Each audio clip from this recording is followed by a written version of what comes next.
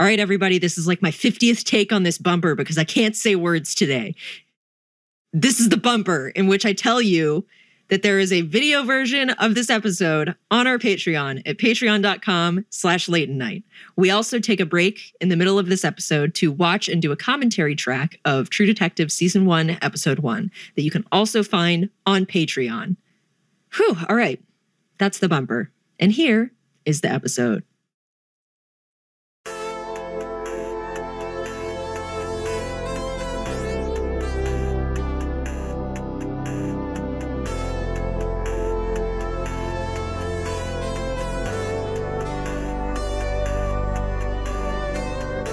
Sorry you have to listen to this, Jarek. Vernon, we're going to do a ceremonial clap sync that actually does not have any utility, but it makes me feel better when we do it. Do we clap at the same time? Yes, I'm going to say 3, 2, 1, clap, and then we'll clap. You ready? Okay. So it's 3, 2, 1, and then clap. Or clap. Is it 3, 2, 1, clap, go? It's 3, 2, 1, clap. Okay. You clap on clap. Yes. All right. 3, 2, on clap? 1. I fucking swear to God, Vernon, don't do this to me tonight. We're having so much fun. Look at us. We're hanging out on a podcast. We're hanging out on a podcast. You know, Brian, Jared, keep this in. Brian leaves town, and I think I get a little bit of peace on my Zen. Look, we're using Zencaster. I'm in his account. I'm Brian Weck now. I can play the What's Poppin' theme song whenever I want. There's a button you can press. Yeah, there's been a button this whole time. Every single time, it's like you can't hear it while they put it in because we put it in post. But no. No. This whole time. Okay, that's the actual What's Popping joke. Is that like this whole time we could have heard it whenever. He has the power to do it, but he doesn't do it. We could have heard it. Isn't that egregious? Isn't that awful? So do we clap on clap? Oh my God. We're gonna Leighton, clap on on clap. Thursday. You're selling it to me like a rock, paper, scissors shoot, right? Or is it a rock, paper, scissors? It's a rock, paper, scissors shoot for the love of God. Okay, but for the love of like, God, Montresor. You're clapping on clap. You're not clapping on shoot. Clap.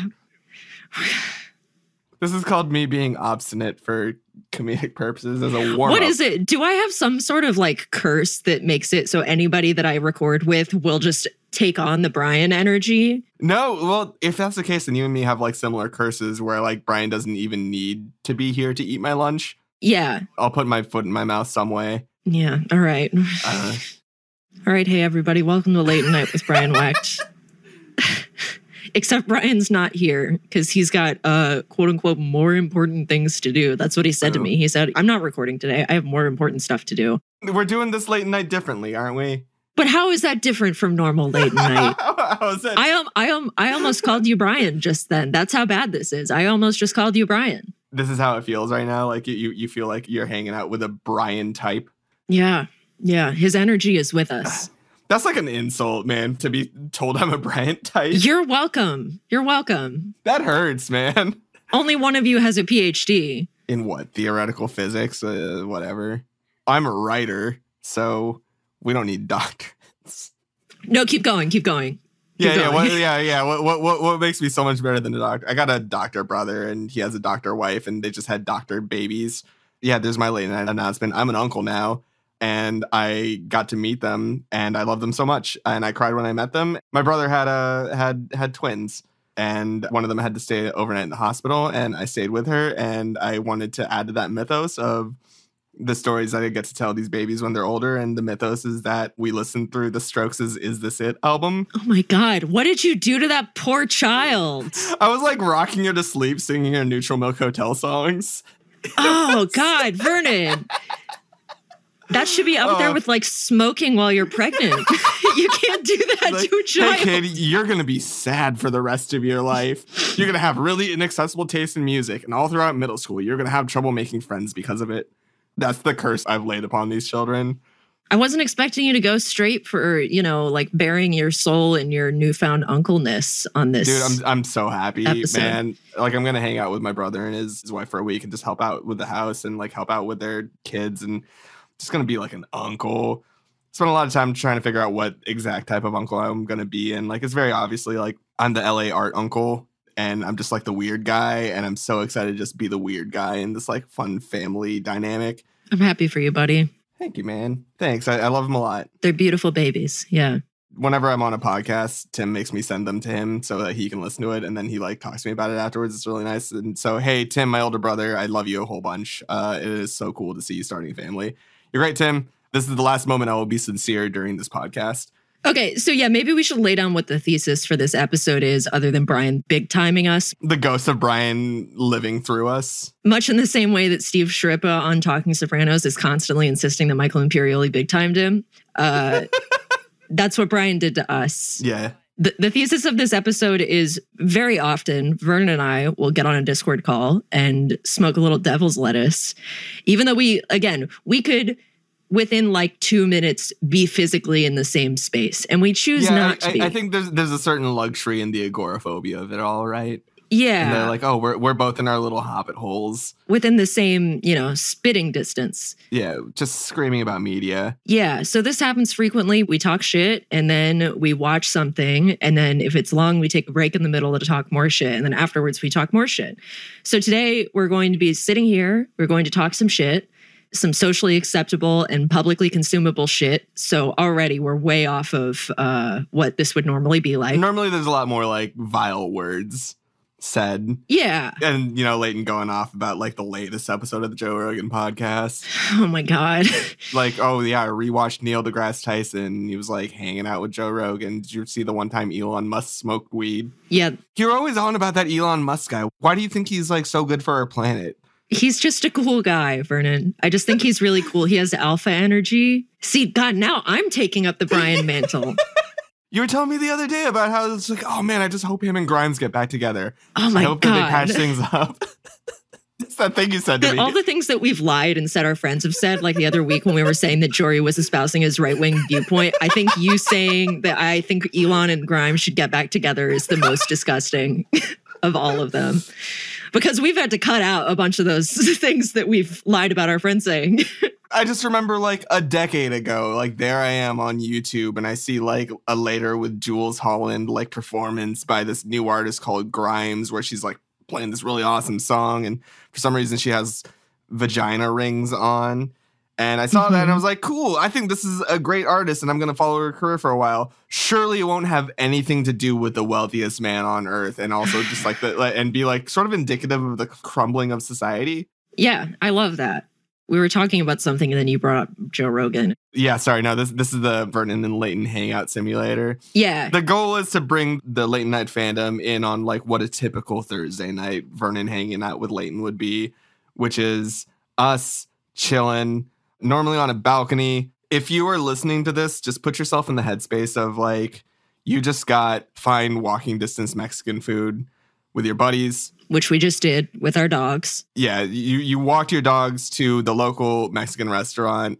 You guys split up. You each took maybe about 45 minutes to eat that and maybe watch a couple YouTube videos in preparation for this. I already said that we're not doing segments, but the one segment that I want to do is what did you watch in between us eating our food and getting on this call? Okay, because we were sending clips back and forth. First of all, we both watched the Succession Season 4 trailer. Yes. Extremely excited. I think Roman Roy has a fun new haircut. It's a little more alt-right this time. he got like this cool alt-right high fade. Yeah. Kieran Culkin. It works for him. He has the bone structure for it. And everybody looks great. Everyone's in like fun scenes together. There's a lot of cool pairings. Yeah, we're getting everybody together against Logan for one last season. God, I am begging Brian to watch some Succession so we can talk about it because I know he's going to like it. Sorry, my cat's like very active right now, so she's just going to join us on the call for a little bit. Oh, will you have your cat tell everyone what sound a cat makes? Hey, Mike, what's the sound a cat makes? There it is. Whenever I scratch both of my cat's ears at the same time, she always meows on command, except for literally right now. She hates podcasting. But if you're watching the Patreon, which you can subscribe to, you'll see my cat. Will you give her torso a little wiggle for us? Yeah. Wow. Yeah. Oh, she's so long. She's been on a diet. She's losing weight. Oh my God. Look at her. I'm sure that puts her in a better mood than she usually is. Yeah. Yeah, girl. Yeah. Uh Okay, wait, what were you watching? Because I got a couple more. Last night, We did one of these in preparation for this one, and I just needed some comfort media, and I've been rewatching The Sopranos. So we watched the Christopher episode of The Sopranos about Christopher Columbus. So much good shit in that episode. I know people really hate that one for some reason, and it's because people are fools with no media literacy. You said it while we were watching it, but like it is just the Sopranos beach episode. It is. Here's all of your favorite characters of the Sopranos just being the most like absolute versions of themselves. Yes. Janice and her therapist. Incredible. I didn't realize the first time I watched this, but you pointed out this time that Michael Imperioli, Chris from Sopranos, wrote it. And okay, a lot of things to cover there. The title of the episode is called Christopher. So like Michael Imperioli wrote a TV episode with the title of his character, but gave himself like 2 lines. Generously, 2 lines. And then one of them, he was gay, Gary Cooper. Which is so iconic. That's so on purpose. You know that's on purpose. We're not doing segments this time, but we're not doing segments at all. Our What's Poppin' was... You're drunk with power. I am. You were drunk with power, you sicko. We can add a limitless number of buttons onto Zencastr, and we only have the one, and there's only What's Poppin'. Brian's not here, and yet his ghost still haunts us. Like a specter. What else did you watch in between before and now? Well, like if there was hypothetically a What's Poppin', I think both of our What's Poppins would be Michael Imperioli on Chopped. No, sorry. What's Poppin' is our pussies for Michael Imperioli. Yeah, dude. Oh my God. I know. I hate like how much like shit I talk about parasocial relationships, and yet still I'm like, Michael Imperioli, I want to be him. We've had like an erratic recording schedule since I've gotten out of Grippy Sock jail, and the one thing that I desperately wanted to be my poppin' was 2 things I love: Architectural Digest touring celebrities' homes, and Michael Imperioli. He did one. And it's as incredible as you would want it to be. Just watch it. It's amazing. Such a good representation of like maximalism done right. Like there's so much stuff in his apartment. Yeah. He's like digging around for his old books. It's all done with intention, and like it's a very lived in space. And his wife, who's an interior designer, did all of it. And he just sort of like believed in this creative collaboration, just sort of allowed her to do whatever. And he feels so comfortable in his house. And like, I don't know, he like picks up a book and he's like, I've traveled with this book since I was 18 years old. And like, oh man, like, don't you want to be that? And the cherry on top is that it's this beautiful, like Art Nouveau, elaborate apartment. And then he just drops that his favorite show is American Dad. And I can't think of anything more iconic than that. And I told Vernon this, but I desperately want to Photoshop Michael Imperioli into the Criterion closet holding a DVD that just has American Dad on it. But during Architectural Digest, he mentioned that he was on Chopped and that he won Chopped, and neither of us had seen this, so we both sat down and watched it one night, and God, was it perfect? It was a revelation, because when I watched the AD video, I thought that he had said, my kids say I should go on Chopped. I didn't realize that he had actually done it and won until you sent the stuff to me. So first of all, regular Chopped is a whole thing, but then they did this big charity like tournament of celebrities where they had brackets where it was like, here's a bunch of athletes and here's comedians and here's actors, and they'll all 4 duke it out. Then each one who makes it, they go up against each other. So Michael's in a slate with a couple of other actors. There's Michael Imperioli, Lucas Grabeel, as some people of my age might remember from High School Musical, who does not bop, bop, bop, bop to the top in this one. Thank you very much. Then lady from Tyler Perry movies and guy who plays a dad on a bunch of things. It's remarkable that you remembered any of them, because all I can see is Michael Imperioli just sort of, I don't know, being levels above everyone else. It feels comical. It's embarrassing for everyone else. It's embarrassing for everyone else. Meanwhile, Michael Imperioli shows up to fucking work and Jesus looks hot Christ. doing it. The level of incompetence isn't like the right word.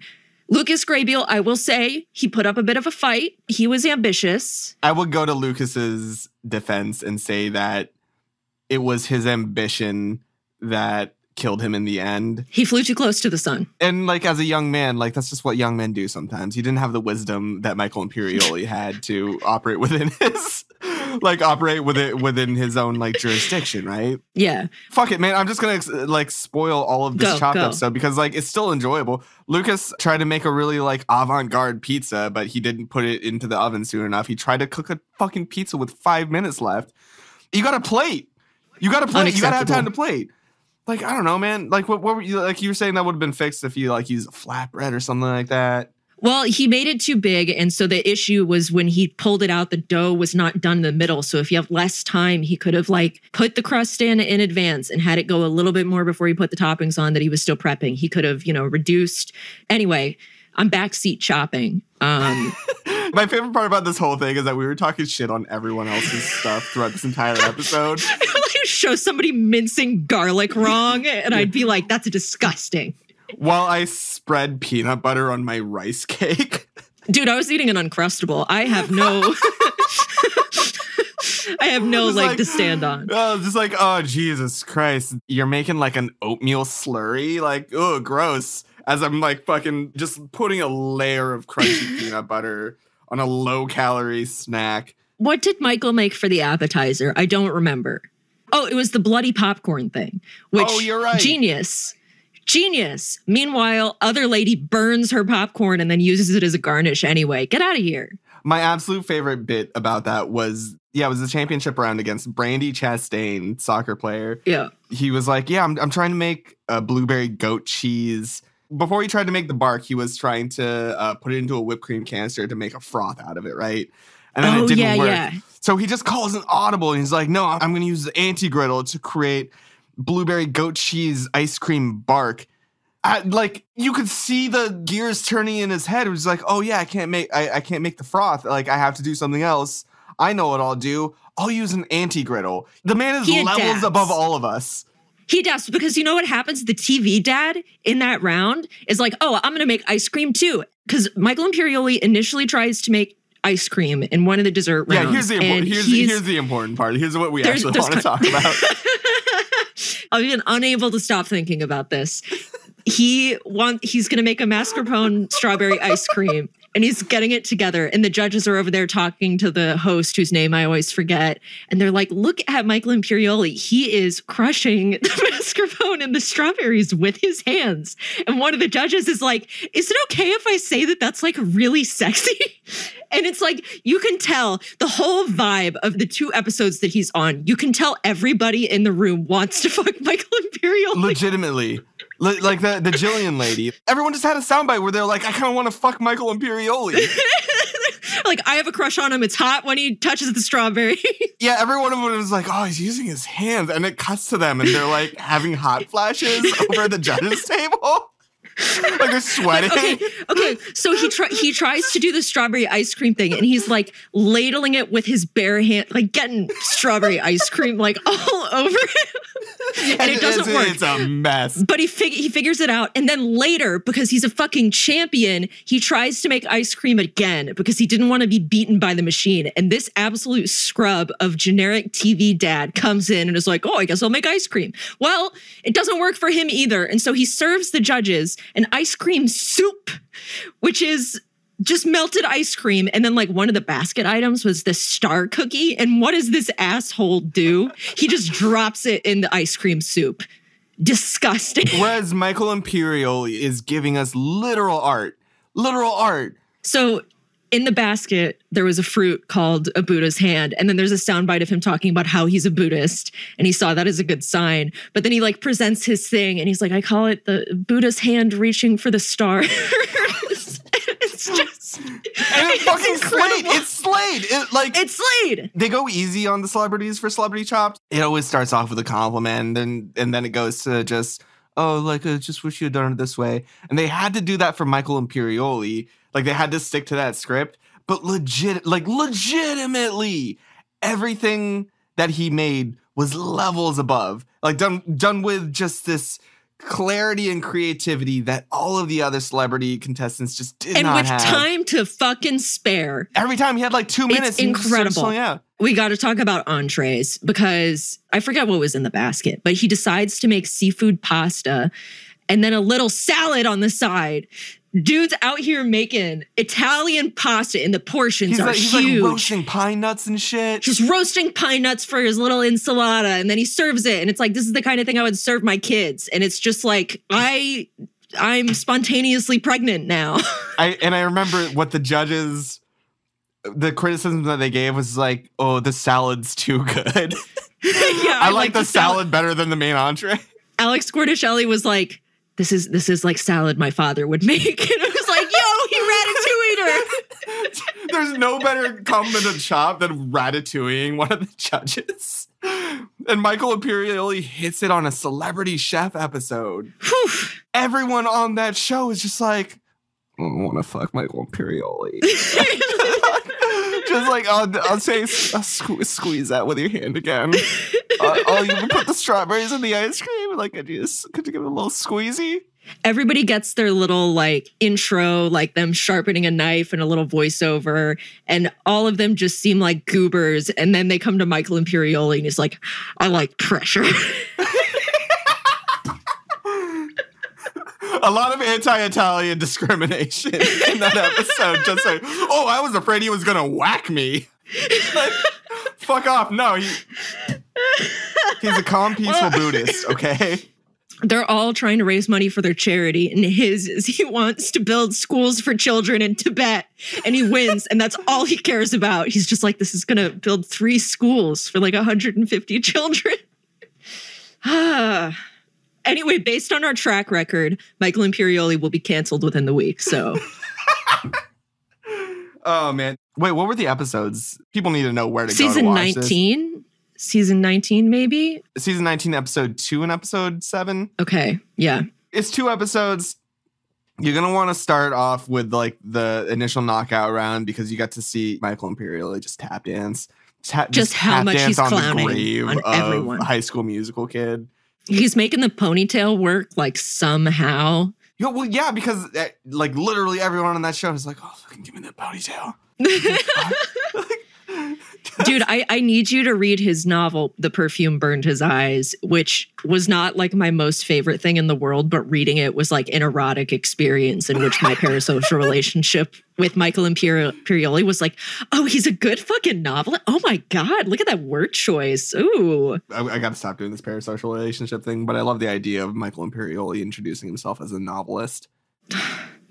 I would say every single time we have one of these calls, we bitch about parasocial relationships. But Literally the thing is, humans, we don't go to church anymore, and we need some form of myth making. Humans need it to communicate with each other and to find like a ground cultural connection. It's how we do stuff. It's just problematic, but it just feels so good to do. Yeah. Yeah. Well, because I want the media I watch to tell me if I'm a good person or not. And I need the people whose work I enjoy to be the barometer of who I am as a person and what my morality is. Why won't the cartoon tell me what to believe? Oh, wow. Yeah, no. Who do you think should be canceled next? Dude, wouldn't that be such a fun what's it called? It's like a kill list of just like everybody placing bets. A death pool. Thank you. But for cancellation. That would be really healthy for society and the internet as a whole, I think. Oh, you said last night, you asked me a question and then we were like, let's save it for the podcast. Do you remember what that question was? Oh, yeah. Leighton, what's your favorite dinosaur? Let me paint the picture. I've known you, Leighton, for Jesus Christ. Has it been 7, 8 years almost? I think so. 7 or 8. Jesus, when you think about it like that, right? Yeah, fucked up, right? But we were hanging out last night and just talking as regular friends do. And out of nowhere, you went and just showed me your dinosaur collection. And the entire time, in all of these years that I've known you, you've never once breathed a word about dinosaurs to me. Literally ever. And then you go on to tell me that this was a very important and large part of your childhood was your love of dinosaurs. So, yeah. A couple questions. 1, why did you hide this from me? And 2, what's your favorite dinosaur? Well, it's such an immutable part of my person that I just assumed that it was obvious in my No, I don't know. Ever since I was like a tiny baby, I had like a CD of Some of the first computer games I ever played were like the PC dinosaur games. Oh, yeah. I had a CD with a bunch of songs about dinosaurs, one of which was like, where did all the dinosaurs go? And it always made me too upset to listen to that one because it was just like, where did they go? They died. You fucking know where they went, dude. But I had a big basket of dinosaur toys. And you remember how we made Amanda in the opening moments of Dream Daddy a princess dinosaur because she couldn't choose? Well, no, she was a princess dragon. Sorry, excuse me, Princess Dragon. One of my toddler Halloweens, it was like one night I was a dinosaur and the next I was a fairy princess or something. Like, I loved dinosaurs. I had like the books. My parents would trot out my ability to say Archaeopteryx when I was like a toddler or whatever. It was a whole thing. There's a picture of me in like a sick Jurassic Park shirt that, you know, I watched Jurassic Park way too young and my nightmares for years were plagued just by Jurassic Park. Oh, yeah. Anyway, big thing. He just never talked about it. Okay, so there's, you know, children, specifically like male toddlers, they spec out in a couple of directions where it's like you can be a train kid or a dinosaur kid or a plane kid or a truck kid. Which were you? Planes, of course. Yeah. That makes sense. Ask me what my favorite plane is. What was your favorite plane? The Spitfire. Ask me what my favorite production model of the Spitfire was. What was your favorite production model of the Spitfire? Mark 9. Late in the war. Wow. We had figured out a lot of stuff about the Spitfire, but also, I don't know, man, a lot of kudos to the Spitfire for helping to win the Battle of Britain. From a young age, I played World War II Flight Simulator, massively multiplayer online games. It was called Aces High back in the day. Oh, I'm Vernon. I'm 6 years old, and my favorite book is Slaughterhouse-Five by Kurt Vonnegut. Dude, you know, my dad had the History Channel on like for the entirety of my childhood, and I didn't get it. Same. I didn't get it. I was like, why is my dad watching Arlie Ermey's Mail Call? And I just didn't get it. And I didn't get it for most of my adult life. And then I turned 30. And a switch flipped in my brain, and now all I want to do is watch World War II documentaries. I feel that. That's it. Yeah, that's it. You're a consistent plug for me with war content, as I imagine that I am to you with murder and video games that nobody cares about. I always appreciate when you tell me some unhinged bullshit about Fallout. I always do. I never get it, but I always appreciate it. Thank God. The thing that I was going to say, the reason I was thinking about dinosaurs is because yesterday on Reddit, I was just browsing my what do you call it, timeline, main feed, whatever. But r/movie circle jerk, which, sorry, it wasn't movie circle jerk. It was shitty movie details, because there's nothing I hate more than Reddit r/movie details. Did you see a Knives Out? Did you know that Knives Out is named after a Radiohead song? Hold on, I'm going to movie details right the fuck now, but I'm going to continue telling this story. Anyway, but the post on shitty movie details was like, if you go to r/dinosaurs right now, all of them are flipping out about the accuracy of dinosaurs in the new Adam Driver movie. And so I didn't know r/dinosaurs was a thing. And I love a subreddit deep dive, and holy shit, people love dinosaurs. Are they shitposty about dinosaurs? Oh, yeah. Oh, I love that. I love that and so I love much. that for them. But I love finding a community and reading it. I was like, I thought about dinosaurs all the time as a kid. Why do I not think about dinosaurs as an adult? They were bitching. I love the progression of everybody arguing over what's the best media depiction of the Spinosaur, because prominently featured in Jurassic Park 3, you know, in the bipedal land-dwelling form. Which r/dinosaurs goes to bat for. That movie. They love that one. And the thing is, it's not accurate because, you know, they really measure like what was accurate at the time in terms of like holotypes, which like I learned that a holotype is like, this is the prime example of like what this was. And this is what everything is going to be based on, of like, this was the thing.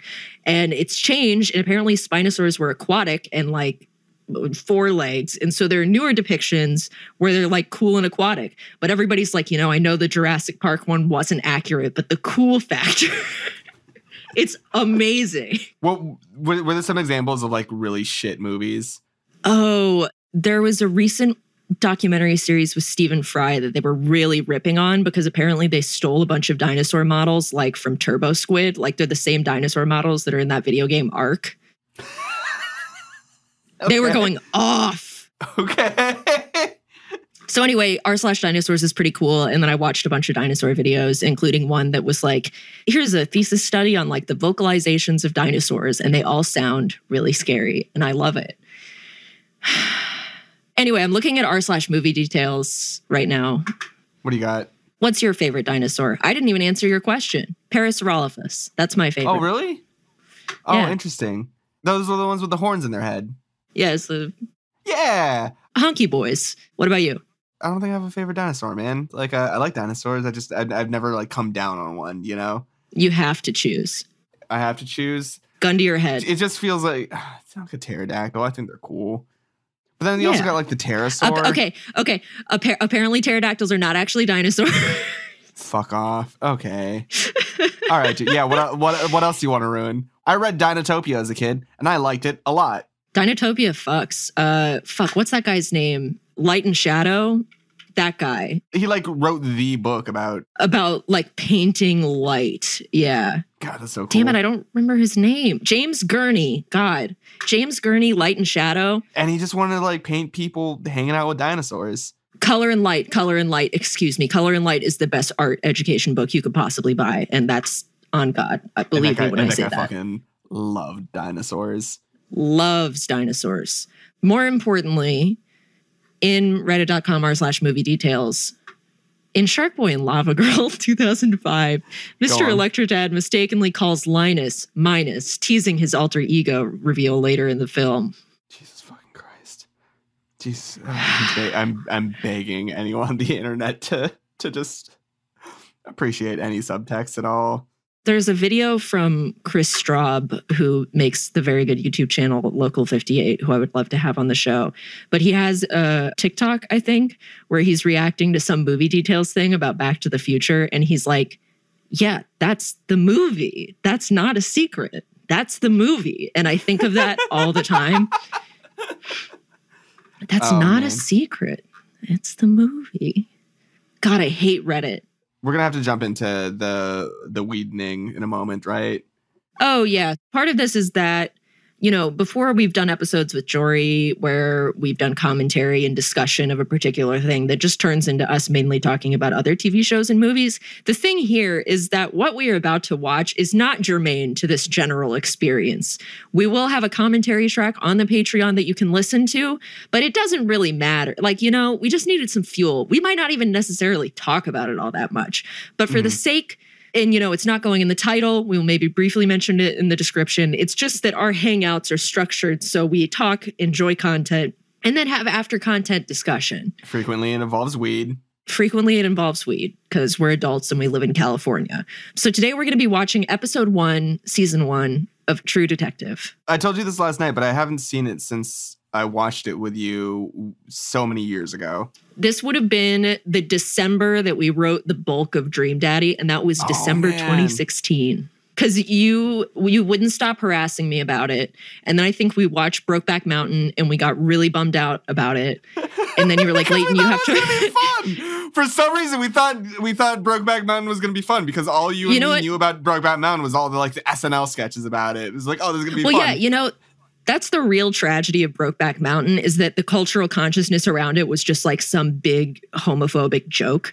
That's the only thing that gets trickled down to you of like, ew, gross. And it's just like a beautiful and heartbreaking movie. It's so fucked up, man. Dude, it's so good. We thought we were going to write afterwards. And then we were just like... We're going to watch this like quick movie and then we'll just jump right back into writing. No.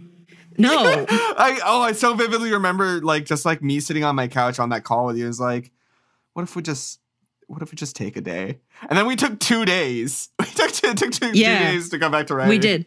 Well, it took us a while to mutually figure out that we were like, hey, can we have another hour before we get on the call? It was because we were both taking depression naps, but trying to hide the fact that we were taking depression naps to delay writing. Anyway, so you told me to watch True Detective, and I finally gave it a shot. And then I stayed up all night and I watched that entire first season. And since then... It is maybe my ultimate comfort show in terms of number of rewatches. And when I was in treatment, you bet I watched it in there. Oh, dude. I commandeered the TV to watch it. It was great. I just want to say one quick thing about True Detective. And this isn't even in the episode that we're going to watch, but I think True Detective has one of the best representations of doing one for the film bros that I've ever seen. The important to me. I believe that every piece of media, no matter what you do, you should always do at least one thing for the film bros. You got to do it. But you can't do the whole thing for the film bros. You can't do the whole thing for the film bros. That doesn't turn out good. But if you just do one thing for the film bros, it's great. And True Detective, the one thing that they did is somewhere in the middle of the season. It's episode 4. Episode 4, they did this fucking picture perfect one take shot sequence and just crushed it. And I guess the reason why I bring that up is back when we were making Dream Daddy, we always talked about like screen capable moments, right? Like something that someone could see and then share with someone else so that they can discover the thing that you made. Yeah. In terms of like how you make something and make it so that people share it with one another. And I think that True Detective did one of the best jobs I've ever seen of doing something that was something for the film bros that all of the film bros saw. And they were like, oh, dude, more people got to see this one take sequence. And the reason why I got into True Detective in the first place is because I saw that film bro sequence. It was like, this film bro sequence was done for me. I had to watch the rest of it. This was made for me. This is my whole. Yeah, that sequence, I have also been able to red pill several people on True Detective because of that. And I think in terms of like all-time favorite characters in anything, Rust Cole's somewhere in the top 3. It's really hard to beat. It's really hard to beat. Specifically the relationship between Woody Harrelson and Matthew McConaughey on this is like, I truly believe that a Rust Cole character, like a real like piece of shit, like a guy who just doesn't talk like he's a real person, like he's written like a film noir character. I think those characters and characters like them always work best when there is one person there to be like, hold on, man, you don't talk like everyone else talks, and it's really weird that you do. What's sentient meat? Stop saying shit like you smell a psycho's fear. What was the line? You're the Michael Jordan of being the piece of shit? You're the Michael Jordan of being a son of a bitch is the line. Oh, there you go. I was sitting there watching this in treatment in my darkest days in treatment in a fetal position on the communal couch, just sitting there mouthing along Dora Lang, Kids in the Woods, like rocking slightly. Yeah, actually, what are your feelings going into it, having not seen in a while? I don't think my like film analysis is going to be like as sharp as anyone would hope. I'm going to smoke weed and then we're going to turn this on. Nobody asked for that. I'm just going to scream about it. We've already set a standard with this episode, so if anybody's still listening, take a little pause. Pour yourself a nice beverage. Doesn't have to be alcoholic. We don't all have to party. If you have a nice little apple juice or a nice little, just some sparkling water, I don't know, whatever you want. If you want to smoke a little weed, great. If you want to just sit and stare into the darkness, good for you. That's very on brand. Get yourself into the headspace of like, here you are hanging out on a Discord call with us, parasocially. Also, if you've never watched True Detective Season 1, I urge you that our commentary should not be the first time you watch it. This is going to be a little high level. It's going to be we're going to ruin everything and make it unenjoyable. I would only recommend listening to this if you've seen the first season and you are okay with me complaining about the other 2 seasons. Yeah, and also if you don't care. I know I was very heartened by a bunch of people who said that they like listening to the Jory Sopranos episodes, even though they don't care about the Sopranos. And it's like, that's the energy. Absolutely. That's it. So anyway, we're going to take an intermission. Jarek, put like a sparkly, like a harpy, like some sort of transition. And we'll be back on the main feed. And we're both going to sound even worse and be even more unhinged. We're going to sound a little different after this. In mere seconds. I'm not very eloquent, not weeded. And dear listener, let me tell you, I'm going to be less coherent afterward. We're having a bit of a Thursday Prepare night. Yourselves. All right. See, I got to go take a shit. I'm going to stop.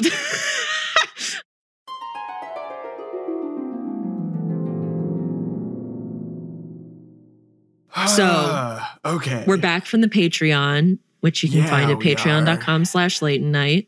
It is now 11:02 p.m. And we've both ingested substances. This really is the hanging out with Vernon in the Leighton simulator. It is. What are you going to do when we're done with this? Oh, I'm probably going to sit on my balcony and watch YouTube videos. Yes. The way you consume Fallout 76 content is the way I like watch boxing 76 YouTubers. Blasphemy. Sorry, oh man, my bad. I understand. I'm so sorry. I'm so sorry I said it that way. God, it was not a good idea to get high for this. Okay. Well, you're welcome, because here we are. Oh, what a delight, by the way. That was a treat. It was really great because I've showed it to so many people since I first watched it. And it's always that tension of like, please like this. But watching it with somebody who has not rewatched it since years ago, it was such really a delight. joy. Also, we laughed at some like truly inappropriate moments. We put on a really vile display just then. Like, that wasn't a good representation of us, but I think it was fun. And I had a lot of fun. For people who actually endured that Patreon, you're champions. God bless you and welcome back. Thank you so much. For people who didn't, you're the scum of the earth, and I don't trust you. This is how you treat your fans. That's okay. No. It's chill. It's actually delightful. Morally superior if you don't give us money. I think that if you, instead of giving us money, you should give it. Filth. You should no. You should just generally, as for the late night Patreon, there's so much great content on it. I just put out a 45-minute long me playing Stardew Valley with mods and being unhinged. You sent me that, and I listened to a little bit of it, and you were really angry that whole time. I started scrubbing around, and I landed on one, and the first thing that happened in his play was just like, fuck. The relaxing farming game. Anyway, there's so much great content on the Patreon that you shouldn't pay for, and instead you should give your money to a local charity and help support your own community, because really what it's all about is supporting your community. It's about the community. And do something small that is positive, and don't do something stupid like give us $2 a month to get access to every single video episode we've ever done, along with weekly minisodes. You know, I always listen to these podcasts without the video, and I'm not to make this like too much of like an NPR charity drive script, but like you really feel a big difference when you see the video, you know, and I think it really adds a lot to the feeling of late night when there's a video element to it. I think that while nice audio only, I think that a little bit of video kind of doubles your value, wouldn't you say? Like $2 worth. $2 whole worth. Where am I going with this? I don't know either. We're very bad at promoting this show. And as you've noticed, like, I feel like a narcissist for having a podcast. I'm keeping that mid-sentence burp in. I think it's a vanity to have a podcast, and it's against God's will. I just think it's so cool that you have a job that you refuse to tell people that you do it. You're so right. I will straight up not say it if I interact with humans in real life. That is true. There's no shame greater than saying I have a podcast. And I don't mean to denigrate all of the wonderful, wonderful hard work that Jarek and Brian put into this show. God, we really ruined things. Oh, that was all because of the weed, man. Yeah. If there's any good case in point to never smoke weed, this is it. This is what it does. This is your brain on weed, and it's not pretty. It involves you laughing at scenes in True Detective that are just really heinous and being like, this is my comfort show. You never watched the other two seasons, I haven't touched them because I trust your word on them. Oh, yes. So this is your time. This is your opportunity to go off about how bad they are. Okay. This is just a stupid high connection, but like the way I feel about the True Detective series is the way I feel about Block Party's albums. Because like Silent Alarm and A Weekend in the City were so good that it got me to just believe that every other album of that might just be okay. And it got me to the sense of false hope every time when they were like, we're releasing a new album. We're like, yes, finally I get to feel the way that I felt when Silent Alarm graced my ears for the first time. And it just kept hurting me and disappointing me. And that is season 2 and season 3 of True Detective, which it presents you so many just fucking cool moments, like really, really like interesting bits and pieces that unfortunately didn't connect by the end. Like Vince Vaughn as just a crusty businessman. And like whenever he's on Vince screen, Vaughn's like there's a fucking sad trumpet that plays in the background. I love it so much. Wow, I love Curb But Your like it just Enthusiasm. didn't come together. Colin Farrell too. Colin Farrell. In that season? Yeah, dude. And he fucking crushes it. Like the acting in it is so good. It's just like such a disappointing story by the end. And it's such a bummer because season 1 like nails those types of characters and nails the plot and the story, so it all just feels like this perfect little soup. And in seasons 2 and season 3, like you get a lot of fun characters, in season 3, you get Mahershala Ali like doing like age up makeup, and that's so fun, and he acts really hard in it. But like the story falls apart by the end, and like kind of like just reaches this anti-climax. Season 1 resolves in a very neat way, in a sense that what is answered feels satisfying, but what is not answered is interesting enough to think about for a while, which is where I want my media to be. And also, do you know about Nick Pizza Latte? Yes, I'm saying it wrong on purpose. It's fun. It's a fun thing we do. It's anti-Italian discrimination. Nick Pizza Latte was accused of plagiarizing Thomas Ligotti's The Conspiracy Against the Human Race, which is a series of anti-natalist essays that's very good. And I forget what the veracity to the claims were, but the whole brothers and sisters opting out of a raw deal, like that whole train of thought is supposedly plagiarized, or at least is similar enough. I don't know. But I do love Thomas Ligotti. I don't really care. I love Thomas Ligotti, man. Thank you for lending me Grimscribe for me to reread while I was in Grippy Sock jail. Oh, absolutely, dude. I've had such a long relationship with this like fucking Lovecraftian kind of storytelling bullshit. Did I ever tell you like way back when I first started going to Comic-Con, like years and years and years ago, I would make it a point to always stop off at the HP Lovecraft booth so I could buy fun HP Lovecraft memorabilia. So you could buy memorabilia with Pickle Rick on it? Yeah. No, I got the entire like the Necronomicon I bought at Comic-Con. Yeah, of course. The Comic-Con Necronomicon. The Necronomicon, you know. How has no one used that before? I don't know. The Necronomicon. I think that might be the title of this episode. Yeah. Google it first. Yeah. I'm sure someone figured it out before us and like did lame branding around it. But I feel the same way about H.P. Lovecraft that I feel about Nutella. Stay with me. Okay, here we go. Okay. I know Nutella had its big moment on Tumblr where for some reason people were editing Galaxy GIFs onto Nutella. And between the warring factions of Tumblr, between hipster blogs and fandom blogs, everyone could commonly unite over like pictures of sunflowers and then Nutella posting. And the thing is, I like Nutella. It's pretty good. You get to keep a little jar. I guess if you're not in America, they don't do the glass jar thing. I could be wrong. But you try it, and then you try other brands that have tried to knock off Nutella, and they're all better than Nutella is by like a lot. And that is how I feel about H.P. Lovecraft, right? Because he's the most famous one. Mm-hmm. Unfortunately, and everyone else before and after him are doing it better. Ambrose Bierce, Robert W. Chambers, Thomas Ligotti, Kathy Koja, even Mark Danielewski, whatever. I don't like House of Leaves, but I do respect it. So that is how I feel. That was a sumptuous take. Thank you. Thank you. Thank you. I appreciate that. Nah, I just love that Lovecraft shit, man, though. Like, dude, there was like a thing on the doorstep. Like, they were fucking fish, dude. Yeah. Explicitly within the text. You know, I really vibe with the entire racist theming and deriving all horror from the because I'm racist. And I love that being the base of my storytelling. Because H.P. Lovecraft was, like, real afraid of it. Yeah. And also, like, a lot of times when people who make stuff, you realize they're a piece of shit.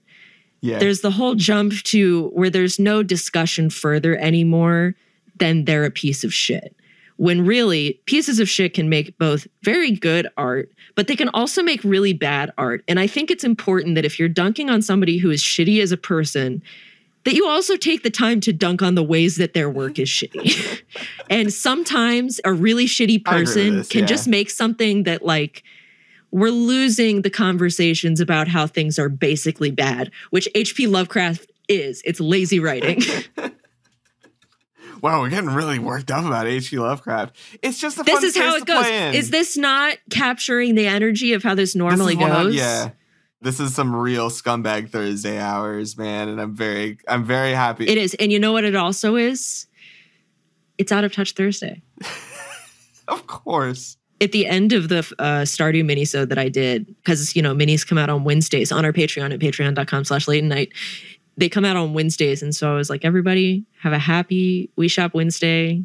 and a great Out of Touch Thursday. And I kind of want that to be my new thing here for mini-sodes, because we have a bad track record with catchphrases. As far as catchphrases that you've had over the years as a Leighton Night stan, that one's pretty nice. Over the years, that's a fucked up thing to say. Yeah, that's disgusting. Man. You guys have been talking. Yeah, you can listen to me in those early episodes and just really the difference in my voice, the Tom Waits-ification of my voice. Yikes. Not to get too nostalgic, but I was thinking back to that first live show where I was about to go camping, and you asked me to come on and then just pitch a tent on the stage. Yeah. And then I got home and I realized like that was the day that my plane was supposed to fly out, and I just completely missed my flight, so I had to rebuy the ticket for the next day. Oh, I forgot about that part. That show was so fun. Oh, it was great. I miss doing the late night live shows. The fact that we were going to do one with Jory. I would love to see you guys do a live one again. I would love it. I don't know if people would come, and moving tickets in LA is really difficult. Oh, sound off in the comments. Yeah, we've talked about traveling somewhere to do shows, like not necessarily a tour. Reno, Nevada. Bro, let's go to Las Vegas. Tempe, Arizona. What do you say? I want to go to Good Springs General Store. Let's go to Buffalo, New York. Come on, guys. Yeah, apparently we have a big listenership in Seattle, Washington. So everybody who's in Seattle, hello. Hope you're doing well. Oh, Seattle's great. My favorite diner in the entire world closed down there. Rest in peace, Luna Park in West Alki. It fucking sucks, man. Feels like a piece of my heart was ripped out. Alston Diner closed too. I still have one of their shirts. Oh. God. Man, remember when they took down Happy Foot, Sad Foot? I'm sure every single person who listens to podcasts who doesn't live in LA just absolutely hates this shit. But I miss Happy Foot, Sad Foot so badly. I needed it to tell me how my day was going to go. To quickly explain the ethos, there was a rotating foot sign for a dentist, Dr. Lim. Sunset Foot Clinic, right? Sunset Foot Clinic. Hold on one second. There we go. Happy Foot, Sad Foot. Yeah. Amazing. Okay. So Happy Foot, Sad Foot was a rotating sign where if you were driving down Sunset Boulevard, you would see it. And whether it was the Happy Foot or the Sad Foot dictated how your day was going to go. Some days you get the Happy Foot and some days you get the Sad Foot. And that's just, I don't know, it's just magic, man. It's a really lovely little stretch of road of like historic cool places. And then Happy Foot, Sad Foot, but a couple of years ago they got rid of it. And you said, where is it? I was there the day that they took it down, actually. I was doing laundry at the laundromat right next to it, and I saw a crew taking it down. But the story goes that they were trying to have it set as a historical landmark, but I guess according to the bylaws, it can't be a historical landmark if it's made out of plastic. Oh. So like it couldn't be preserved in that sense. Anyways, it got taken down, and I'm not sure who exactly grabbed it first, but it ended up in this shop in Los Feliz that screen prints t-shirts, just pasted up against the wall, just like really, really huge. And they have a lot of t-shirts there that they screen print in shop, and one is of the Happy Foot, Sad Foot sign. I love that. I love that it's not gone. Yeah, I talked to the guy who runs the place, and he's like, the doctor of the foot clinic would come in and the guy would give him a bunch of t-shirts, and it was like a cool deal. Yeah. And then he told me he hasn't been in for a while. That's all I know about the Happy Foot, Sad Foot and his whereabouts right now. I keep tabs on this. Anyway, nobody cares about Los Angeles. If you don't live here, you don't give a shit, and you shouldn't. I love living here. It's great. There's a reason that everybody and everything who makes things talks about it, because it's incredibly cool. But did you know that one of the locations in one of the original Fallout games, the Los Angeles Public Library? I learned that today. Oh, interesting. Yeah, it's called the Boneyard. Oh, that's what I wanted to talk about on the podcast. I've been going to a lot of libraries lately, and it's been really neat. Yeah. Give us your ranking. Dude, I normally get a lot of writing done in coffee shops, and, it's kind of like a grind to do in Los Angeles. Everybody's writing their screenplay. When you go in the morning, it's just super packed and like just kind of uncomfortable. Then I just realized that I could go to a library and sit down, and there was no expectation of paying anything, and I just needed a place to sit that wasn't my apartment, and it's just been really, really, really lovely. So I just started trying out other libraries. I was going to like the LA Central Library, which is huge, and I'm listening to an audiobook about how it burned down in the 1980s by Susan Orlean, the person who wrote The Orchid Thief that adaptation was based off of. Yeah. I didn't realize there was a connection there. Wow, yeah. I almost bought The Orchid Thief before I left for treatment, and the only copy that they had was kind of torn up, and I was not paying full boat for a torn up copy. Sure. I would read The Orchid Thief after this book. Let's do book club. It's just really good Los Angeles history, man. This whole thing is just like an unstructured what's poppin'. But right now I'm reading The Lost World by Michael Crichton, which is the sequel to Jurassic Park. The way that I described Michael Crichton's writing style to Vernon last night was aerodynamic. It's not the most verbose. It's not the most impressive, engaging prose, but he's telling you a story and it's efficient. That's such a good way to put it. And it feels like Dan Brown is trying to copy that so badly and failing, and then just using a bunch of big words the way somebody who doesn't know a bunch of big words tries to use them. Oh, but Michael Crichton knows them. Yeah, maybe he does. I don't know. But the Jurassic Park books are way more gory than the movies are, which is fun and a thing I enjoy. It just makes so much sense that you're a dinosaur toddler. It really completes a picture of you, I think. Yeah, it was dinosaur toddler, loved dinosaurs, very afraid of any like animatronic dinosaur, just hated it. Really? Very frightened. Yeah, because I thought a Night at the Museum situation would happen, and that's even before that movie came out. But then I turned into instead of a God-fearing child, I turned into an alien-fearing child. Yeah, what was that transition from dinosaurs to alien like? I don't know. I think as I turned 6 or 7, I think that's when I first started being really afraid of aliens. Was that around when you saw Signs? It was bad before I saw Signs, and then after Signs, I remember that movie ending, and me and my friend Amanda, who Amanda Dream Daddy is based on, clutching each other in the dark and shuffling back to my room, holding each other in the dark, and then strategizing who is near a larger body of water so as to get away from the keep the aliens away by Signs rules. Yeah. God, did everyone have that one specific irrational fear when they were a kid? Because what was yours? It was zombies. Oh. And it was really bad zombies, really, really, really irrational. I remember being really young and a friend brought over their Sega Dreamcast and was playing House of the Dead 2. Wow. With a light gun. And it was just so scary to me. And I remember waking up in a panic, just crying to my mom and dad. Oh, Can't remember how old I was there. But yeah, it's just been always irrational, ever since. The scariest thing that you could show me would be Night of the Living Dead or anything in the Is this why you 28 Weeks Later? Yeah. Okay, it was really, really bad. And then at some point I decided that I didn't think it was cool to be afraid of zombies anymore, and I had to get over this fear. So this is literally how I got into horror movies. This was just before Wikipedia, so I had to look up on Google websites that would spoil movies for you and give synopses of movies.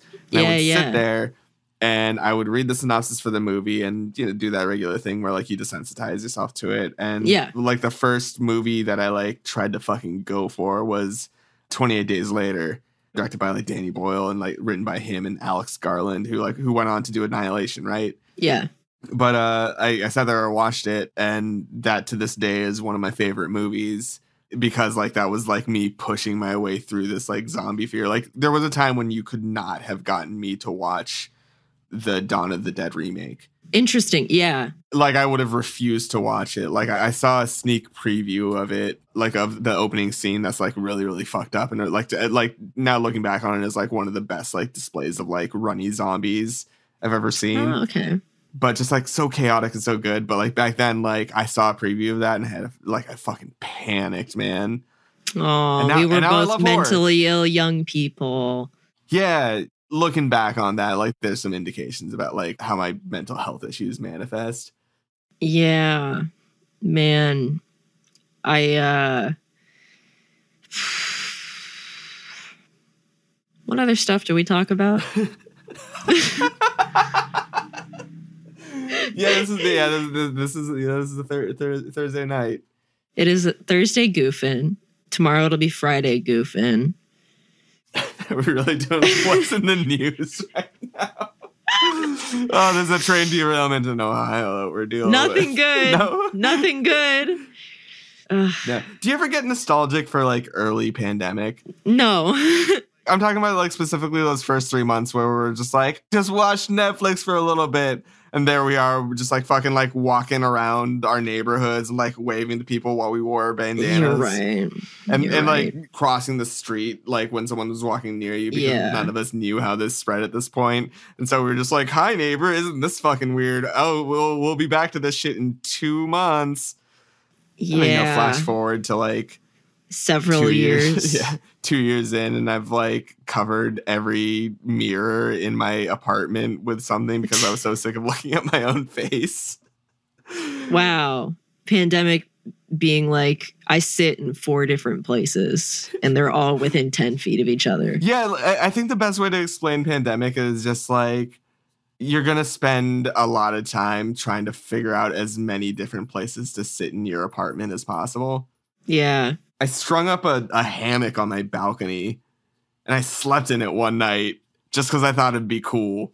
Just for the thrill of it. And now that I think of it, I was just like breathing in like car exhaust that entire time. Yeah, it's great. It's really the soothing sounds of Los Angeles and the general smell of dust. And boy, how about that rain lately? It sucks. Jesus fucking Christ. A couple of Angelinos like fucking on a podcast talking about rain. Jesus Christ, I was coming down. Yeah, I would be happy about it if my ceiling did not leak. Oh, Jesus Christ. Because that's problematic of the building. Los Angeles isn't built for rain. No, it isn't. It's very good that we got it because things are very dry. But just stresses me out very bad when water is entering my home without my consent. Oh, God. Existing is, man, it's tough. Yeah. This is what this always devolves into. Yeah, I don't know, like fucking Thursday night, like, you doing good, man? I'm so glad that you're back. I mean, I am still very depressed and still struggling with a lot of the stuff that I did before treatment, but, it's obviously not at a crisis pitch, but it's definitely an upheaval and is difficult. I spent most of the day in bed, Yeah, man. It's like that. I'm sorry, dude. Oh, it's okay. That's how brain stuff works, and I'm working on it and, militantly taking my meds and talking to my therapist and blah, blah, blah, blah, blah. And also working on not tacking blah, blah, blah onto any sort of genuine statement. I really appreciate that you're back and you were sorely missed. Yes, it's very good to be back. And me and all of our friends we just all love you so much. So thank you for coming back. Thank you for coming back. That is all of the sincerity that I can do at that point. Thank you. That's acceptable. That's acceptable. As you say about the stuff that I write, it's like really fucked up, but then it goes up a little at the end, or however you put it. It always has to go up a little, man. Yeah. So I am deeply appreciative of you and everyone else who supported me through the bullshit. Yeah. And I hope the people at home enjoyed this episode. I think both of us ran out of steam at the exact same time. Yeah, dude. Because it's also 11:30. Again, not to keep falling back on this bit, but like you are getting the true Leighton Vernon Thursday hangout where we just kind of talk at each other until the steam engine runs out. Yeah. Yeah, and then it's like, okay, all right, buddy, see ya. And then we both retreat to like eat our little snacks. What's your little snack going to be? Are you doing... Dude, I'm going to get a fucking fistful of white cheddar Cheez-Its as soon as this ends, Dude, man. I have some of those in my kitchen right now. I love those. I'm so ready. Do you like the Smart Food white cheddar popcorn? Because that's one of my favorites. I haven't gotten that in a while, but that is a very nostalgic feeling for me. Yeah, it's very, very good. I'm like a sucker for those little plastic wasters where it's like, here's a little thing. It's got some cheese and also some other stuff in it. Those are great. Where it's like a little banana chip and a little chocolate chip and some cheesies, and I'm working on my night cheese. I hope that people enjoyed this simulation.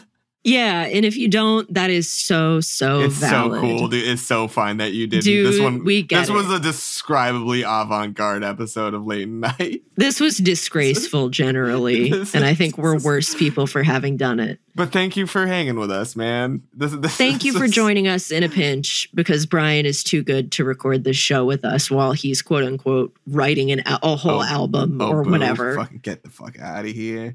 Yeah. Anyway. Folks at home, I really urge you to check out Michael Imperioli on Chopped. Even if you've never watched The Sopranos, we didn't really explain who he is either. Oh no, fuck.